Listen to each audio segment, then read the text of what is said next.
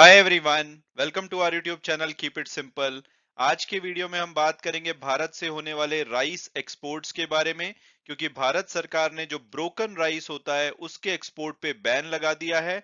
इसके अलावा जो नॉन बासमती राइस का एक्सपोर्ट होता है उसके ऊपर 20% की ड्यूटी लगा दी गई है। तो आज के वीडियो में हम इस टॉपिक को डिटेल में डिस्कस करेंगे और ये भी बात करेंगे कि भाई इस डिसीजन से किस किस कंपनी के शेयर और किस कंट्री को नुकसान होगा, और क्या ये बहुत बड़ी बात है और इससे क्या दुनिया भर में फूड इन्फ्लेशन बढ़ सकता है। तो इन सभी बातों को हम आज के वीडियो में डिस्कस करेंगे। और आगे बढ़ने से पहले अगर आपने अभी तक चैनल को सब्सक्राइब नहीं किया तो प्लीज सब्सक्राइब करके हमें मोटिवेट कीजिए।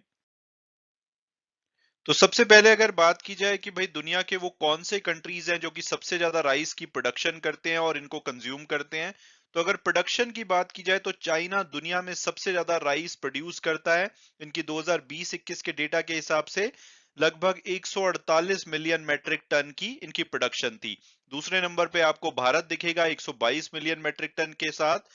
और इसके बाद आपको कुछ और कंट्रीज दिखेंगे जैसे Indonesia, Bangladesh, Vietnam, Thailand, Myanmar, Philippines, Pakistan, Brazil वगैरह। तो ये टॉप राइस प्रोड्यूसिंग कंट्री है। तो आप देख सकते हैं चाइना और इंडिया अलग ही लेवल पे राइस की प्रोडक्शन करते हैं। और अगर राइस को कंज्यूम करने वाले कंट्री की बात की जाए तो चाइना दुनिया भर में सबसे ज्यादा राइस प्रोड्यूस करता है, लेकिन कंज्यूम भी ये दुनिया भर में सबसे ज्यादा करते हैं। और ज्यादातर इनका जो कंजम्पशन है वो प्रोडक्शन से भी ज्यादा होता है, इसलिए राइस को बहुत ज्यादा एक्सपोर्ट भी करते हैं।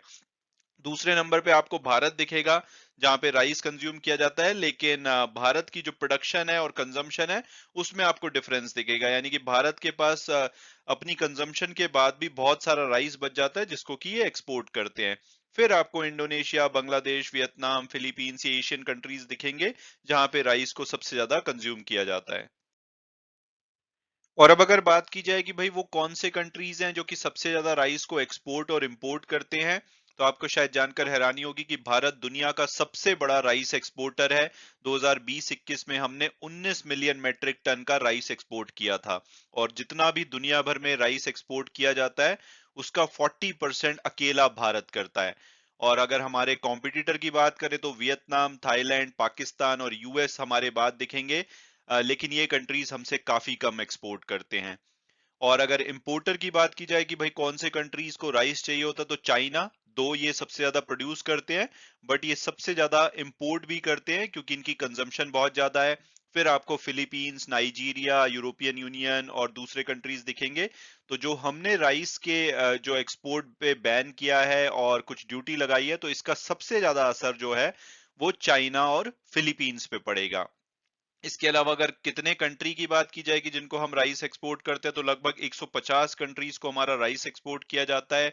इसमें कुछ वेस्ट अफ्रीकन कंट्री हैं जैसे बेनिन हो गया, इस जहां पे नॉन बासमती राइस एक्सपोर्ट किया जाता है। इसके अलावा Nepal, Bangladesh, China, Togo, Senegal, Guinea, Vietnam, Djibouti, ये कुछ और कंट्रीज हैं जहां पे हमारे नॉन बासमती राइस को एक्सपोर्ट किया जाता है। इसके अलावा ब्रोकन राइस की बात की जाए तो चाइना हमारा बिगेस्ट बायर था 2021 में ब्रोकन राइस का। इन्होंने अपने आप ही 1.1 मिलियन जो टन है इतना राइस एक्सपोर्ट की इंपोर्ट किया था भारत से, जो कि ब्रोकन राइस था।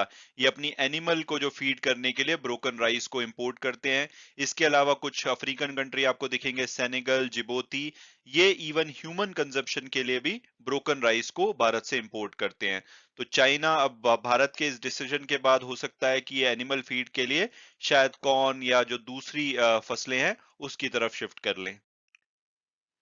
और अब अगर बात की जाए लेटेस्ट डेवलपमेंट की, तो भारत सरकार ने जो ब्रोकन राइस है उसके एक्सपोर्ट पे बैन लगा दिया है और नॉन बासमती राइस के एक्सपोर्ट पे 20% ड्यूटी लगाई गई है। हालांकि इसमें जो पार बॉइल्ड राइस है उसको एक्सेप्शन दी गई है। और ये सब किया गया है क्योंकि डोमेस्टिक सप्लाईज बूस्ट की जा सके इंडिया में जो फूड इन्फ्लेशन है उसको कंट्रोल किया जा सके। क्योंकि बताया जा रहा है जो खरीफ सीजन था जो कि मई जून में शुरू होता है, जिसमें कि जो चावल की फसल बोई जाती है, उसमें जो पैडी क्रॉप के लिए एरिया यूज किया गया है उसमें भारी कमी देखी गई है। हालांकि ये जो बैन और ड्यूटी लगाई गई है इसमें कुछ केसेस में एक्सेप्शन दी गई है 15 सितंबर तक, जैसे कि अगर ब्रोकन राइस की लोडिंग हो गई है। इसके अलावा शिपिंग बिल फाइल कर दिया गया है, यानी कि इन प्रोसेस अगर ये शिपमेंट है तो उसमें कुछ एक्सेप्शन दी गई है 15 सितंबर तक। अदरवाइज ये बैन इमीडिएटली एप्लीकेबल होगा। तो अब से अगर कोई राइस का एक्सपोर्ट किया जाएगा नॉन बासमती राइस का, तो 20% ड्यूटी लगेगी, और जो ब्रोकन राइस है उसके ऊपर कंप्लीटली बैन लगा दिया है। और हम अगर अपने पैडी क्रॉप एरिया की बात करें, तो इसमें जो लेटेस्ट एग्रीकल्चर मिनिस्ट्री से डेटा आया है, 5.62% की कमी देखी गई है। इस साल 383.99 लाख हेक्टेयर्स पे खरीफ सीजन में जो खेती के लिए राइस की खेती के लिए उसमें बुआई की गई है। और इसका रीजन ये है कि कुछ स्टेट्स में पुअर रेन रही थी, जिसकी वजह से ओवरऑल जो राइस की खेती का एरिया है उसमें कमी आई है। और अब अगर बात की जाए कि भाई क्या इंडिया के बैन से कुछ फर्क पड़ेगा दुनिया भर में, तो डेफिनेटली, जैसा कि आपको पता है कि भारत लगभग 40% जो ग्लोबल राइस की शिपमेंट होती है उसको मैनेज करता है। अगर हम 2021-22 का डेटा देखें तो 21.2 मिलियन मेट्रिक टन राइस को एक्सपोर्ट किया गया था। और अगर हम हमारे बाद जो एक्सपोर्ट करने वाले कंट्री हैं, थाईलैंड, वियतनाम, पाकिस्तान और यूनाइटेड स्टेट्स, इन चारों का मिलाकर के जो हमारा एक्सपोर्ट था वो इतना बनता है। तो आप देख सकते हैं कि भारत की इंपॉर्टेंस राइस एक्सपोर्ट के मामले में काफी ज्यादा है। तो 21.2 मिलियन जो टन राइस एक्सपोर्ट किया गया था, इसमें लगभग 3.94 मिलियन टन बासमती राइस था। इसके अलावा 6.11 बिलियन यूएसडी की जो रेवेन्यू जनरेट किया गया था वो नॉन बासमती राइस के एक्सपोर्ट से किया गया था। तो आप देख सकते हैं भारत की बहुत ज्यादा इंपॉर्टेंस है राइस के मामले में। और हम लगभग 150 कंट्रीज को नॉन बासमती राइस एक्सपोर्ट करते हैं, तो इन कंट्रीज को इम्पैक्ट पड़ेगा। और हो सकता है कि इससे आने वाले टाइम में राइस के प्राइसेस बहुत ज्यादा तेजी से बढ़े। और जो कंट्रीज जैसे नाइजीरिया, बेनिन, कैमरून, वो काफी हद तक जो वीट और कॉर्न के प्राइसेस बढ़े थे और उनको कुछ राहत मिली थी, क्योंकि भारत चीपेस्ट सप्लायर था राइस का। लेकिन अब राइस के एक्सपोर्ट बैन और ड्यूटी की वजह से राइस भी दुनिया भर में महंगा हो सकता है। राइस के अलावा दूसरी भी क्रॉप्स हैं जिनके ऊपर भारत सरकार ने बैन लगाया है, जैसे कि मई में वीट के एक्सपोर्ट के ऊपर बैन लगा दिया था। इंडियन गवर्नमेंट ने ये बोला था कि भाई हमारे को फूड सिक्योरिटी का रिस्क है भारत में। और इस बैन को लगाते टाइम उन्होंने स्टेटमेंट ये दी थी कि भाई हम ओवरऑल जो भारत की फूड सिक्योरिटी है उसको ध्यान में रखते हुए बैन लगा रहे हैं, साथ साथ में जो हमारे नेबरिंग और वल्नरेबल कंट्रीज हैं उनकी नीड को समझते हुए बैन लगाया गया है। हालांकि वीट के बैन के बाद भी भारत सरकार रुकी नहीं। उसके बाद इन्होंने जो वीट ग्रेन से, जैसे वीट फ्लावर यानी कि आटे का एक्सपोर्ट होता है, या मैदा, रवा, सिरगी, होल मील आटा, रिजल्टेंट आटा, इन सभी के ऊपर भी फर्दर बैन लगाया था, रिस्ट्रिक्शंस लगाई थी। और जो ऑनगोइंग कन्फ्लिक्ट है रशिया यूक्रेन का, उसकी वजह से जो गेहूं और इसके जैसी जो दूसरी फसलें हैं उनके प्राइसेस बहुत ज्यादा बढ़े हैं, क्योंकि यूक्रेन और रशिया वीट के दो मेजर सप्लायर्स हैं। और इसकी वजह से जो गेहूं और अगर आप दूसरी फसलों के रेट देखेंगे तो पिछले कुछ महीनों में काफी ज्यादा बढ़े हैं।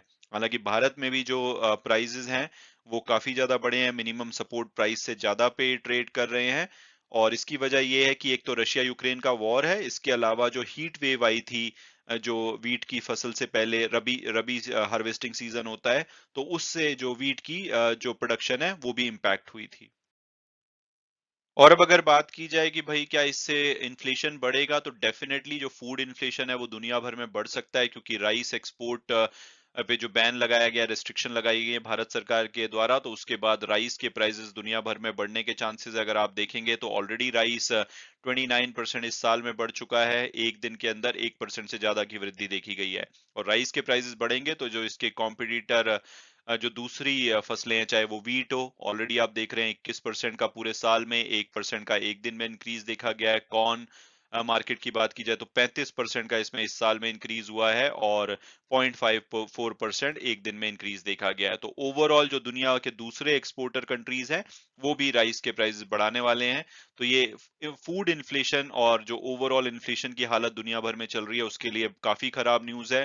तो आने वाले टाइम में इससे जो इन्फ्लेशन उम्मीद की जा रही थी कि थोड़ा सा कंट्रोल हो सकता है, उसको डेफिनेटली एक झटका लगेगा, और खास करके जो अफ्रीकन कंट्रीज हैं या जो कंट्रीज राइस एक्सपोर्ट करते हैं। और अब अगर बात की जाए कि भाई इस डिसीजन का कंपनीज पे क्या इम्पैक्ट पड़ेगा, तो ये कुछ कंपनीज हैं जो कि लिस्टेड कंपनीज हैं इंडियन स्टॉक मार्केट में, और ये राइस को एक्सपोर्ट करती हैं। तो आप देख सकते हैं कि आज लगभग 3 से 5% की कमी देखी गई इन स्टॉक के प्राइसेस में, जैसे कोहिनूर एक फूड्स है, इसके अलावा केआरबीएल जिनका कि इंडिया गेट के नाम से राइस ब्रांड आता है, यहाँ पे लगभग 1.5% की कमी देखी गई। फिर जीआरएम ओवरसीज, चमन लाल सेती, एलटी फूड्स जिनका कि दावत राइस आता है, इसमें तो 5% की कमी देखी गई। तो ओवरऑल जो राइस एक्सपोर्टिंग कंपनी है उनके लिए नेगेटिव न्यूज थी। मैं उम्मीद करता हूं कि आपको ये वीडियो पसंद आया होगा और आपने कुछ नया जाना होगा। Thanks so much for watching the video and God bless you all.